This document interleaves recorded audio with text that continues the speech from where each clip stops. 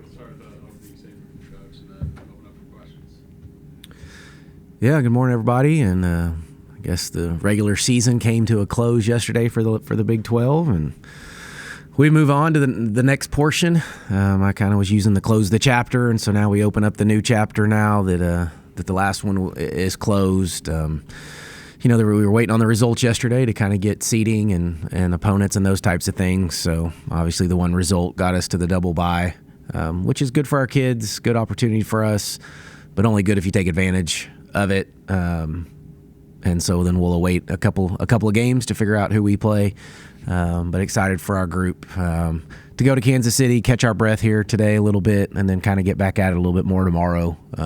It's tricky this time of year. You've had an opponent to prepare for pretty routinely, and now you don't know, and so you kind of get to focus on yourself again here a little bit for a couple days. And so we will do that and get rested and focus on us and find some areas that we know we need to get better at as we move forward. But hopefully we've got some few basketball games left in us over the weekend in Kansas City, but we're excited to go play.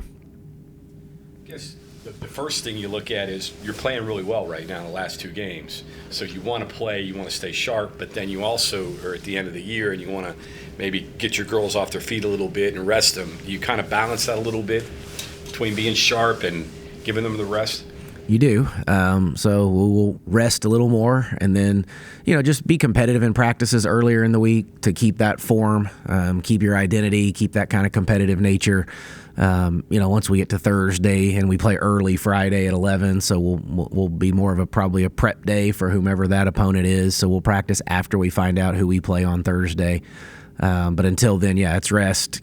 But you want to keep the rhythm and you want to keep a ball in their hand a little bit. You don't want to take too much time off where they lose a little bit of that. Keep our identity and keep moving forward. How do you get a team to peak? Do you ever get any advice on all the years you've done this, how you get a team to play their best at the most important time of the year? I don't know if there's any magic formula to it. I mean, stay healthy is one. Feel good. I just think this time of year, for me, it's to make sure they're mentally and physically fresh every time we take the floor. And so if we can do that, then I think you got a great chance at it. We still know defensively most nights that can kind of keep us in about every game. And then offensively, can we keep going? Obviously, JJ's on a little bit of a heater right now and playing really well. And both Jordans had a good night, at Cincinnati. But we need to get Shaw going again and Kaya going again and Kylie. So we still need some to, that we're going to need them. And when you're talking about tournaments or potentially 3 games in 3 days, you need your full roster to help produce and stay involved. And so we'll continue to work through that this week. Big 12 has had a couple of different tournament formats, and I'm sure you've been through different ones in your previous stops. Do you have a favorite, preferred format for postseason tournament and how much break you get before the NCAA start? I think it depends on which league you're in, where your team's at. And the previous stops for me was the mid-major level, and so everything came down to the conference tournaments. You were playing for one weekend and you had single buys, double buys that took you into the semifinals, so you're just having to win two. So I think it's all relative at this level. It's, I think, a little different based on where your team currently sits based on the NCAA tournament. So some teams need to make runs. Some teams have to win it to get in the NCAA tournament. Other teams probably know they're in but need seed lines for the NCAA tournament. So there's still a ton going into it. I mean, this one seems to be okay. I do think you want to reward in some degree what was happened in the regular season. Now we're also in these leagues though where you don't play everybody multiple times, so how are the seedings even overly accurate? I don't know. So to answer your question, I'm not sure that I have the perfect answer. It is what it is at this point. I think most leagues, it seems like, that have around 16 teams do something similar. I think when you're asked to win 5 games in 5 days or 4 in 4 days, that's a tall task. 3 in 3 days, maybe a little more manageable. What's your take on JJ's play of late? Is it just because it's late in the year, maybe she's sensing, to step up, or is there more to it? No, I don't think there's anything more to it. I think we know she's been capable of this. To put back-to-back games together is really special right now. But yeah, I think seniors start to look at things a little differently as their senior year goes on and they get to this point where they realize, the days are numbered, the games are numbered, I guess. When it was at home that way, I don't think JJ set out to go do anything special that night. She just took what the game gave her. Same thing at Cincinnati. She just, they were playing a lot of zone, and she was just finding gaps and creases. And I think our kids know that she's kind of in that proverbial zone, so just kind of let her keep going a little bit while she is. And when it's time to move it and share it, she's been able to do that because she finished with 7 assists in that game, and 7 rebounds. So I think as much as I was happy with the 31 points, I think it was those other 2 stat lines that made me just as happy. Did she pull back in the second half as far as shooting goes in both those games? Or, what is she capable of if she says, give me the ball? Yeah, at Cincinnati, maybe a little bit. Utah, the second half is when she kind of started going. She had 24, I think, at half against Cincinnati. So a little bit there. I don't know if she pulled back. It just wasn't required of her. We had a lead. We didn't have to use the press as much, so we could kind of back off of that just a hair and control tempo a little bit more. So yeah, is she, I don't know, is she capable of going for 31, 38 every single night? I don't know. But you ride the hot hand when you have it, and she's had it last week, and hopefully she can continue that into the tournament. On the men's side, Javon Small has gotten a lot of attention, obviously, a lot of doubles, about every different kind of look that you can get. Has JJ, I don't know how much you're able to compare, obviously, but has JJ gotten as many of those things, or has she just been so good that she's been able to overcome whatever the other team's thrown at her? Yeah, she's pretty talented, and she's just a hard guard too because of her quickness. But we play her on the ball, off the ball. With her and Jordan, if you take one away, then there's still another option and a few more too that can score it for us. And when Jordan Thomas comes in, what she can do on the inside. So, I imagine JJ's going to continue to get a bunch of attention. But again, you can try to trap her, but she's so quick that she can either get around it or get through it. And now you're playing 5-on-4 with a pretty dynamic kid with the ball. So she's just a really hard kid to do that with most nights.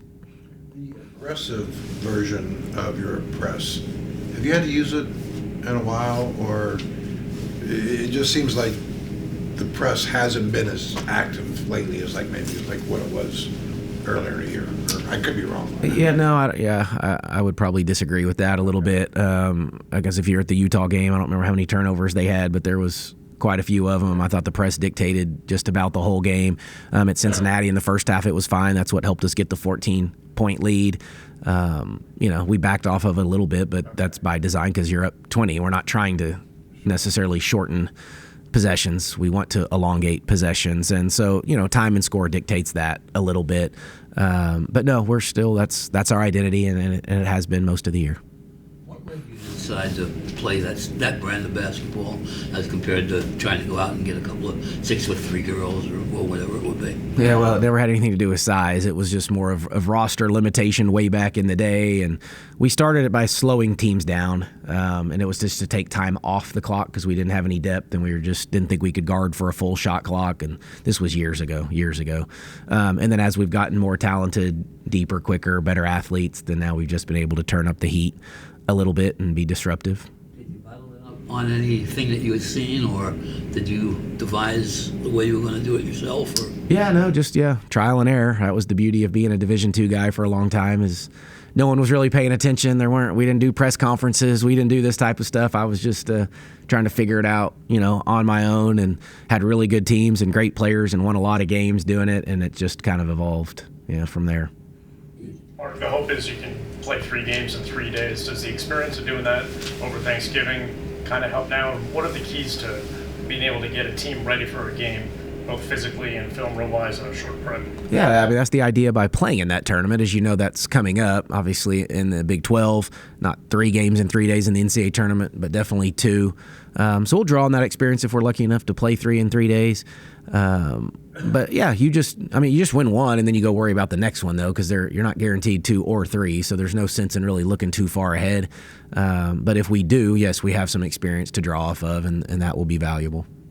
Looks to me, going back to the press, it looks to me like the girls seem to enjoy that maybe more than maybe other teams do when they're just playing normal defense. Does that add, you think, to the attraction of it? Yeah, well, the kids have bought into enjoying it, right? Because they see the benefit and they reap the rewards, and the guards are out in front and they can get some easy layups and steals and touches, and then I think it just filters or snowballs through your team, and you see a couple of kids doing it. Well, you don't have a choice now. You want to get involved in that because it looks fun, and so then it filters through the whole team, and it's our identity. And I think it starts with Jordan and JJ. It did when I got here. Those are two kids that play both ways. They play on the offensive end and they play on the defensive end. And again, I've said this numerous times, I don't want to just be defined by the press. I want to be defined by being a really good basketball team, and that being on the offensive end and the defensive end. But certainly the defense and the press starts it. If you see 100 recruits, how many of them would you say percentage, or just how many of 100 would be percentage, are capable of playing in the press that you use? Well, probably more than you think. Some of them don't know it yet. We may see it and they don't necessarily know yet. And most high school kids don't play at the speed that they're going to have to play at here. So it's always an adjustment period, if you're talking about those types of kids.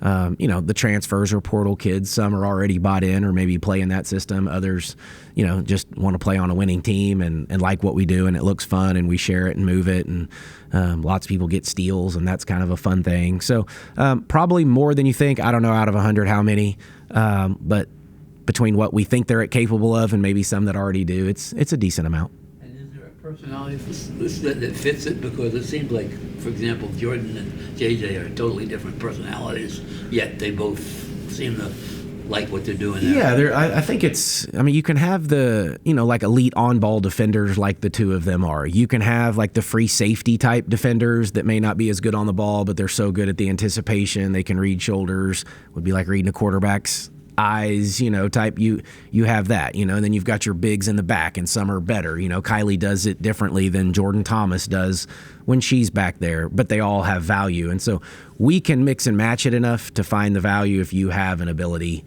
to defend, and then we got to get them to buy in to wanting to do that. But yeah, there's different ways to go about it. Coach, how does this point of year, if it does feel any different, how does it feel different in year two for you? Well, just more of the known. I know what I'm going to in Kansas City. I mean, I hadn't been to that tournament, had no idea what it looked like, where we played, where we stayed. I think every time you go through it, you just feel a little more comfortable. So that's what it is. I mean, we were talking about the selection show and what we're going to do for that. And last year, I didn't know what in the world what we were doing, where we were having it. Now we have a little bit of an idea. So that's the biggest difference. If seeds holds, we'll play Kansas State again, which we did a year ago. So there's just things that are happening that I think we're just, because we've been here, it feels different, feels a little better. 3 years ago, when you go into Monday of your conference tournament for survival, if you don't win, you're done. And now you're thinking about enhancing your resume. It's a different mindset for you, isn't it? It is a completely different mindset. I was even messaging with one of my former assistants who's a mid-major head coach, and they're getting ready. They'll start theirs next week. And I was telling her, I was like, this is it's such a different feel for me now than it was at the mid-major level. But you're still trying to enhance. There you had to win to get into the NCAA tournament. Here it's seedings. It's, I don't know if we're going to get a chance to host or not, but if we go win 3, that may give us a ballpark. So you're talking about that, or at least you're talking a seed line here or there, which makes a huge difference in opportunities to advance in the NCAA tournament. So different feel, still fun. The excitement is still there. I mean, that doesn't change. You still have that, when you're coming into these weeks, you get a bracket, and we're going to go hand the kids the bracket today. And I think anytime you see a bracket, that, there's a level of excitement to that. So we'll be fired up. We'll be jacked up to play. Not any different probably at any level, but I'm telling you, the pressure at that mid-major level, and we've talked about this in here a couple times, but is at a whole nother level when you get into your conference tournament. You have to shelter your kids from it. Obviously, you don't want them playing tense and uptight, and they have to perform. Whereas now, that there's other things beyond this. It feels different. I mean, you approach it maybe a hair differently. You didn't want those kids to overreact to it and get too tight, knowing what it was, because it was that way for every team, and that's the hard part. Is those. If there's 8 teams in the conference tournament, every one of them has, the same thing has to happen for all 8. Here, there's all sorts of different things going on for these 16 teams that are in the Big 12 tournament. Some that know they have to advance and maybe win 5 games or 4 games to get into an NCAA tournament. Some that probably feel maybe are on the bubble. Some that feel that they're in. Others are fighting for hosting rights and seeding. So either way, there's a ton to play for, but it's certainly different based on where you're at. If the seeds hold, either way, you are going to play Kansas State, either as the 4 or the 5. So basically, you're just talking about the color of uniforms, basically.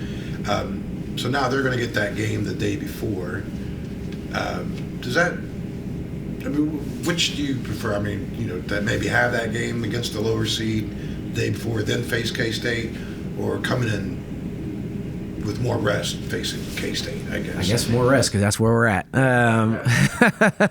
Because that's the situation we got. No, I think it's hard, obviously much more difficult to win 4 games once you get to the back end of it if you can get there. So that's the big time advantage. I've always said after the first quarter, we should be perfectly fine. They, like coming out, they'll have played the night before. I think we actually only even get like a 35-minute shoot around at 6:50 in the morning is our only time to even go in the building, other than the warm up, before the game.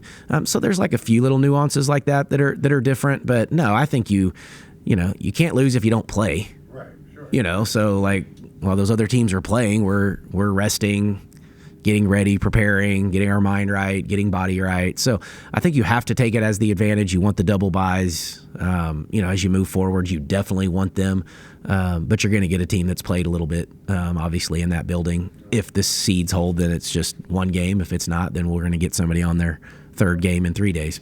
I'll put you on the spot in this one. Would you rather have the tournament in the Muni, your own building, you're a little bit more spread out, you can get used to more because it's been there in past years? Seems like that was really good, for the women's side. Yeah, I mean, and I was actually played when I was in the MIAA years ago, Division II, we played in the Municipal Coliseum. I have never been a part of it in the Big 12, so I don't know what that was like.